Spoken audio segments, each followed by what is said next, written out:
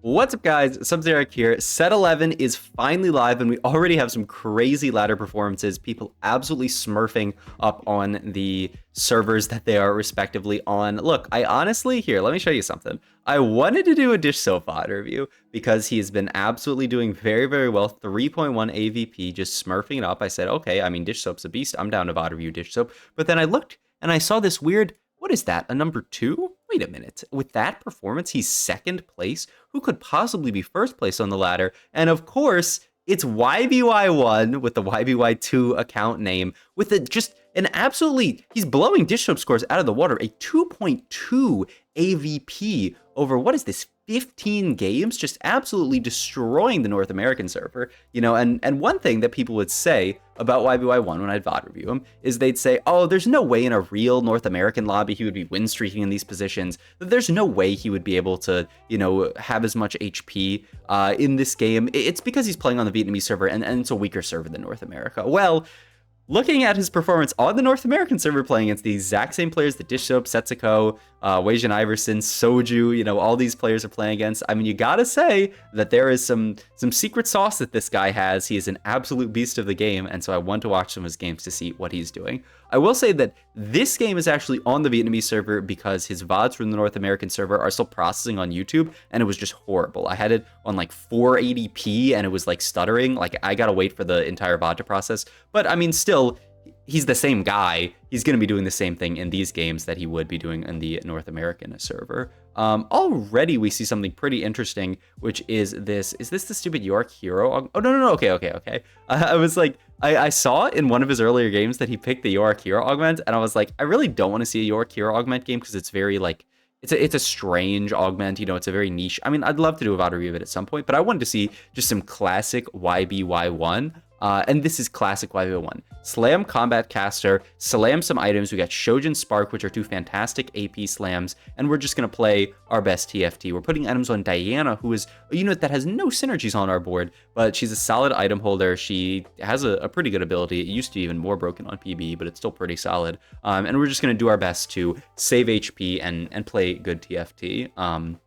So yeah, let's see what YBY1 can do. And like, this is already pretty interesting. What he's doing here is that, you know, I think a lot of people would say, okay, I gotta get Bruiser in here. It's a synergy, and synergies are good in TFT. But YBY1 says the unit quality of this Diana is so high, I can't actually afford to cut this Diana here. My board's gonna get weaker if I play this Kobuko unit, who's just a pile of garbage, even though I'm actually getting in a Bruiser. Oh, and another thing to note about this, because I assume most of you don't speak Vietnamese. I don't speak Vietnamese, but I used a Google Translator to get it. The portal that we're in the game is the one where each round that you lose, you take one more player damage. Whoever is dealing damage does one more player damage. So that's why you can see YBY1 took 2 losses already. It's a little scary. We're already at 88 HP. If we take another loss, we are potentially in the danger zone, but at least we're killing units. I feel like this portal actually plays so well into YBY1's strengths because he is so interested in like actually,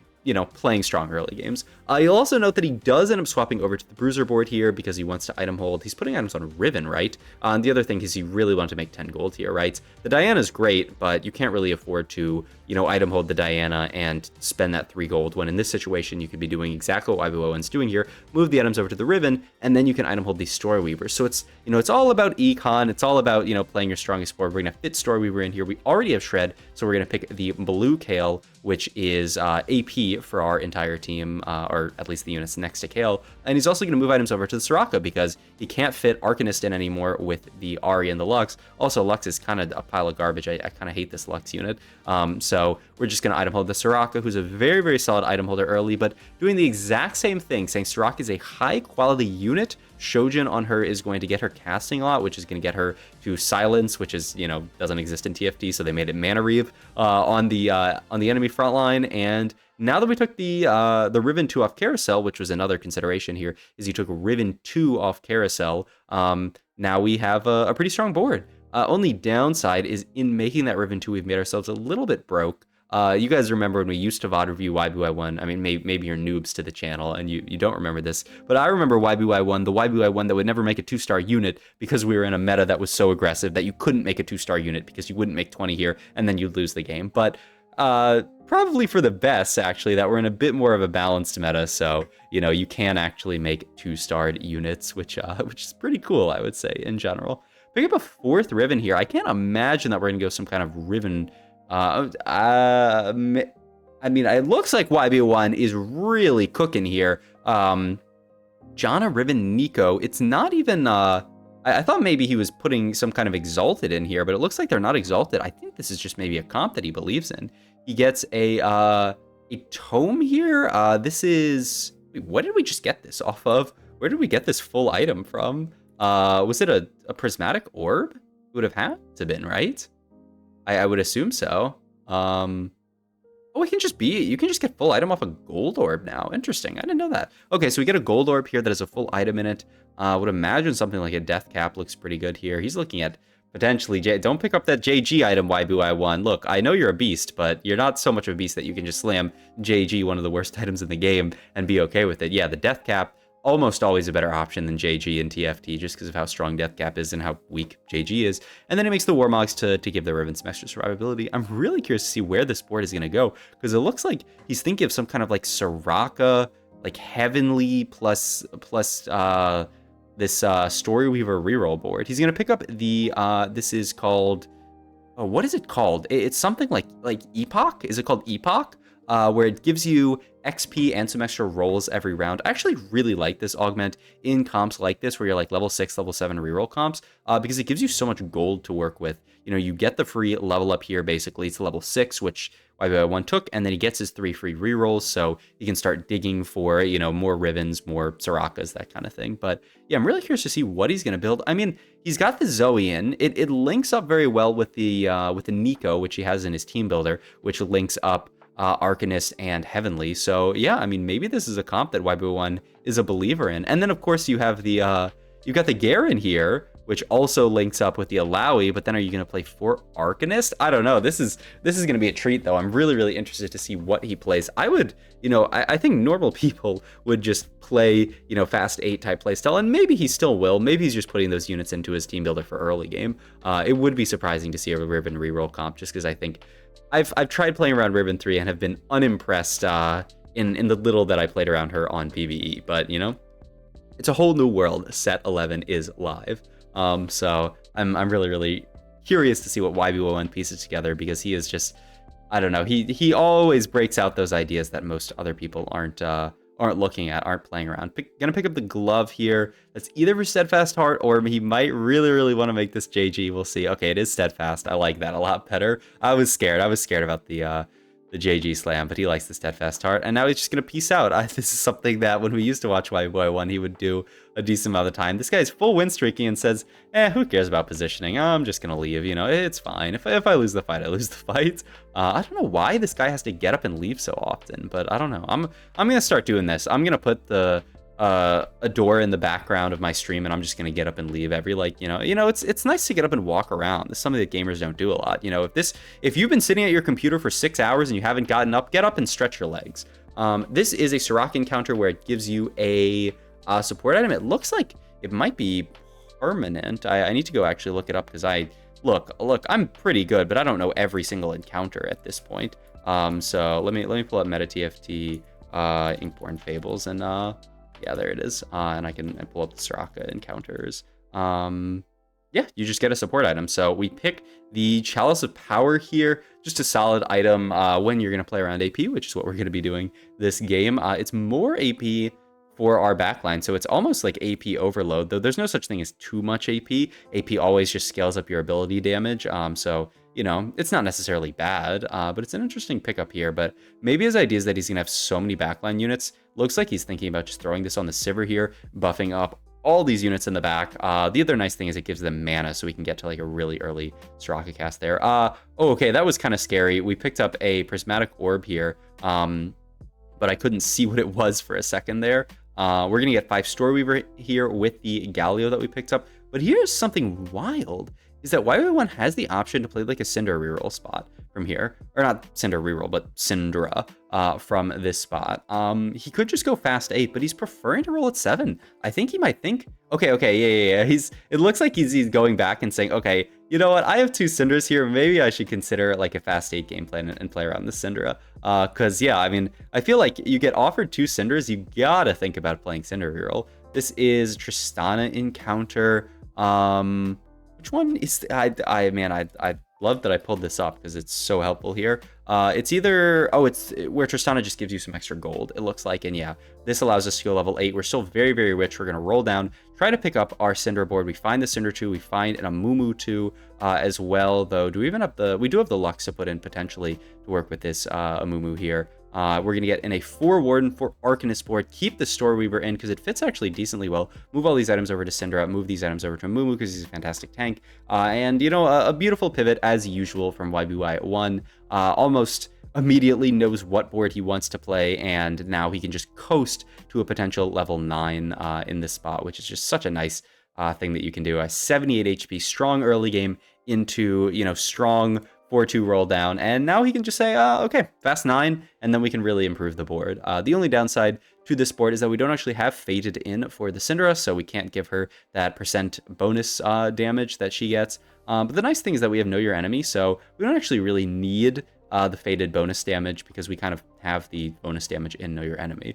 These are also just kind of fantastic augments. They're all just generically strong augments. We have 2 generically strong combat augments and 1 generically strong econ augment. So this also strikes me as a very YBY1 type game where we're just taking good augments, slamming items, putting units on our board that makes sense, doing good, very high APM roll downs where he just immediately knows what his board is because he's a monster. And now we're in a fantastic spot, 65 HP. Sadly, we lost the last fight, but it's not the end of the world. We can pick up what looks like a red buff right here because we already have the Ionic Spark for Shred, but now we just have the red buff. Can slam that onto Zoe because she's actually a really, really nice holder of this red buff. And yeah, he's looking at potentially Fated in over, some of the... I would be surprised if we got Fated in over those units. If anything, I don't know, you could cut Warden, but then you're losing Porcelain or you're losing Arcanist. Which you can't really do. The 4 Arcanist, I think, you know, is okay. It's a decent buff in AP, but it's not like an insane buff in AP. But I don't know. Well, it's interesting. Maybe he's gonna look. I mean, the dream, right, is to push levels. Then you can find a Set, which fits so well onto this board because it's already a Warden. So just play Set as your 4th Warden, and then it's kind of a freebie to get in whoever you want as your last Fated. Ideally, it is still the Ari, so that you can keep an Arcanist in here. This is the Lysandra encounter where you can pay gold to pick up an item here, and he is going to pay to pick up an Orin item here, 22 gold.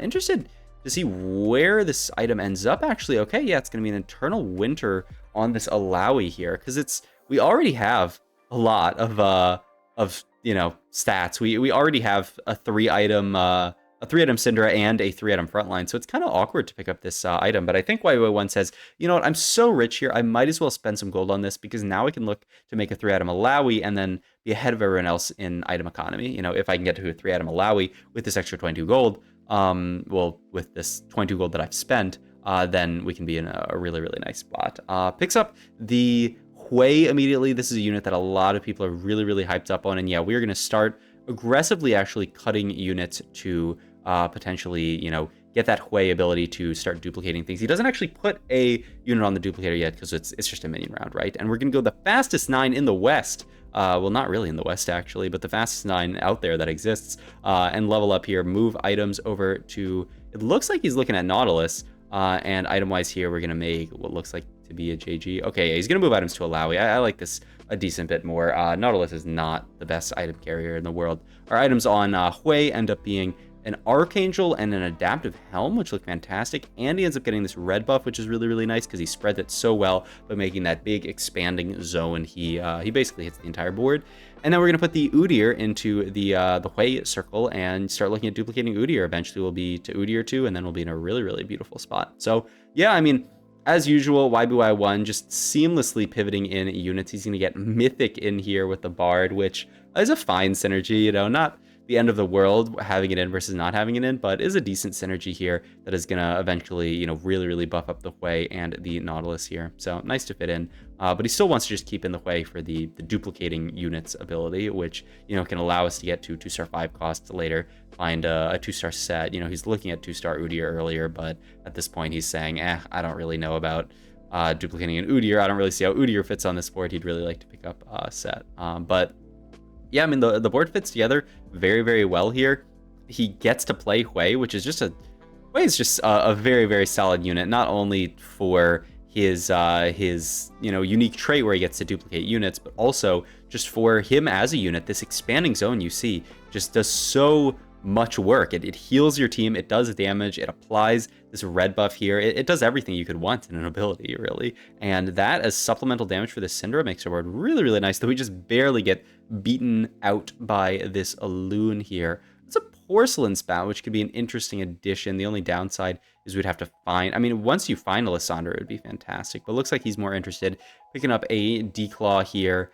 Just going to put that onto his Nautilus here, pick up Lux too, which, you know, will eventually actually come out for, like I was talking about, that Lysandra. And there, by the way, is the Hui. You can put it onto the Hex, and now 2 more rounds, and then we have a duplicated Hui, which is going to be so big for our ability to win this game, right? Because if we just get stuck on Hui 1, it's very easily for us to get out-capped. But if we can get to Hui 2, then we're playing for that really, really high 5-cost cap, and we can potentially win the entire lobby. We're just going to beat this or not a Mumu, but a Teemo. You know, they're both little guys, I guess. We're going to beat this Teemo board relatively easily. Like I was talking about, we got the Lysandra in over the Lux just because it's a much better unit. Also has the ability to farm items. And yeah, at this point, we're actually looking for extra units to put in. He's thinking of Nico, or I don't know. I'm not really sure how that's going to fit. Like right now, he's just playing the Mythic with the Lily, and I mean, theoretically, you could cut that. Maybe you... I mean, what Arcanist would we cut here, though? We always want to play the... I mean, we're playing Syndra for sure. We're playing Alawi for sure. Maybe there's some idea that, you know, you can cut Ahri and get a different unit in terms of your Fated unit, but I still don't really see that. I don't know. It's interesting to see how this guy always caps out his board. He's always got ideas about what to put in next. He's always... That brain is just like firing on all cylinders 24/7 when this guy plays. Gonna get a little bit more XP here, and the real thing is the free rerolls from Epoch here. Roll down here to try to pick something up. Gonna pick up the set, but we are 5 rounds off of duplicating that set. The game might be over by then, so we'd like to pick up a set here.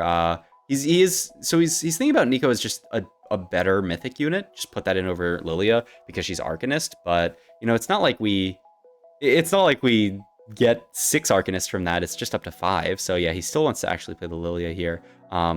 Gonna look at potentially duplicating this Lysandra, but once again, 5 away.